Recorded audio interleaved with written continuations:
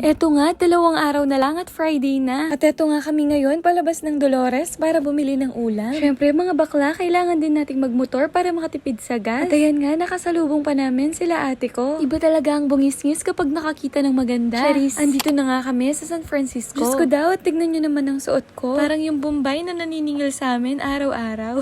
Charot. Lagi nga ako nagre-reklamo na mainit, pero tignan nyo naman, balot na balot ako. Syempre mga mi, kailangan nating pag-ingatan ng golden brown nating balat. Alam nyo na, baka mananso.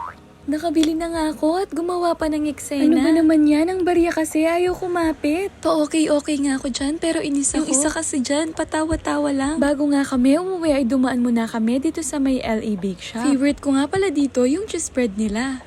Pauwi na nga kami dito at himala. Walang traffic dito sa Mabalacat, mga mare. Abay, nakakapanibago naman talaga. Nakauwi na nga kami at nakakain. Si bakla pa sayaw-sayaw dahil nakaligo na after 2 days. Kailangan nga pala natin ito, mga mare. Alam mo na, at ito magsasalba sa atin sa oras ng kagipitan. At syempre, kailangan nating maging masunurin sa pag-inom ng ating vitamins. Sige, at magpapanggap na nga ako na water is life. Mga mare, huwag nga nating hayaan na lumabas ang ating mga powers. Dapat laging mabango para ready to go.